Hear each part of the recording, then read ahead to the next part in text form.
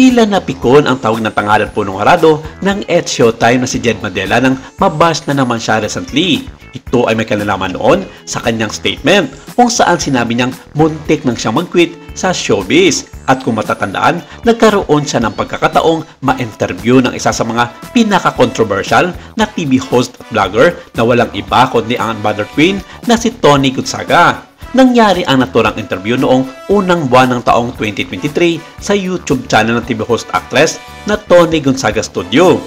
Hindi pa kasi matapos-tapos ang isyong ito na sa hanggang ngayon ay hindi pa rin siya tinatantanan ng nasabing pambabas sa kanya ng mga netizens.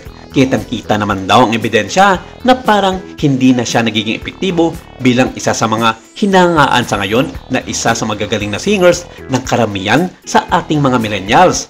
Sabi kasi ng mga ito, panindigan niya ang kanyang mga sinabi noon sa kanyang interview kay Tony Gonzaga. Dahil ayon sa mga ito, who cares daw kung lilisanin na niya ang kanyang trabaho bilang isang mga awit o di kaya'y lumipat ng ibang network kung saan siya nababagay. Ang kanyang naging saad noon sa kanyang interview, parang mas pinapansin na nila yung mas bata, mga bago, and so for a while, I considered stopping na lang kasi hindi na ako masaya. Hindi na ako masaya how the industry was treating me. I am blessed that I am giving the opportunity to share kasi sayang lang din kung may talent ka at wala kang opportunity to share that talent. Yes, I admit na mahirap i-push ang gusto ng iba at sa side ko naman, I'll do my best na lang just to ensure na nabibigyan ko pa rin ng magandang performance ang lahat ng mga manonood, in particular with my regular shows sa ASAP natin to.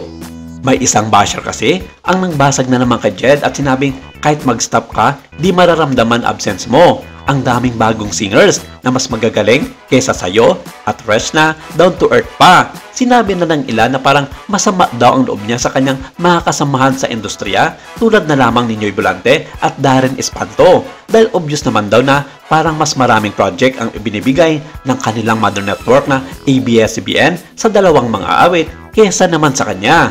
Dito ay hindi na nakapagpigil pa si Jed sa mga banat sa kanya ng ilan sa mga bashers niya online. Inamin niya marami na siyang mga nababasa sa social media tungkol nga sa mga taong gustong sirain at hipahiya ang kanyang karir bilang isang nalalaos na mang-aawit.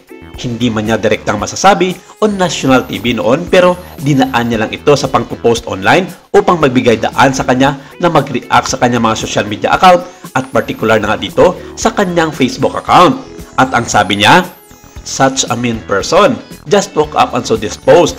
Instead of getting upset, I felt sad. I'm trying to understand what happiness or satisfaction this post gives to this person. But I can't seem to piece it together. Oh well. Marami naman ang nakisipatya kay Jed sa comment section ng kanyang FB account at halos ang lahat ng mga ito ay nagbigay ng pampalubag loob sa mga awit dahil sa mga masasakit na salita na kanyang natanggap sa mga nasabing bashers. Ilan sa mga ito ay mga matalik niyang kaibigan sa mundo ng showbiz tulad na lamang nina Derek Joey Reyes at kapwa asap natin to mainstay na si Martin Rivera. Labis-labis ang kanilang pag-alala kay Jed sa sinapit itong pambabash ng mga taong galit sa kanyang singing career.